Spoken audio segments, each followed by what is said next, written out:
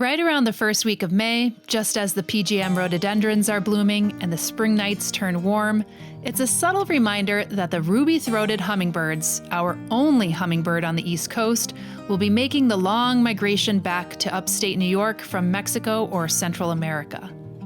It's a cue to get our hummingbird feeders ready, but also to consider what hummingbird-worthy plants we could provide throughout the growing season. There are plenty of herbaceous perennials like Lobelia cardinalis, Monarda didyma, and Augustaki that hummers will adore, but there are also plenty of spring-planted bulbs that bloom reliably in the summer to fall that could supplement their insatiable appetites before their long trip back down south come September, which we'll be covering today.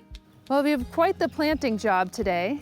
You can see that I have a number of bulbs, corms, plants that we're going to be planting this spring, which will bloom in summer through fall, sometimes up to frost, depending on the bulb.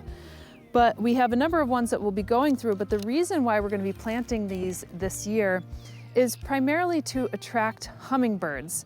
And hummingbirds have tetrachromatic vision. And because they have the tetrachromatic vision, like we only have 3 cones in our eyes, their reds that they see and the UV lights that they see make the colors even more vibrant, if you can imagine. So I have some really vibrant shades of reds here. And many of these plants that I'm going to be planting are also a bit more tubular, not all, but some of them.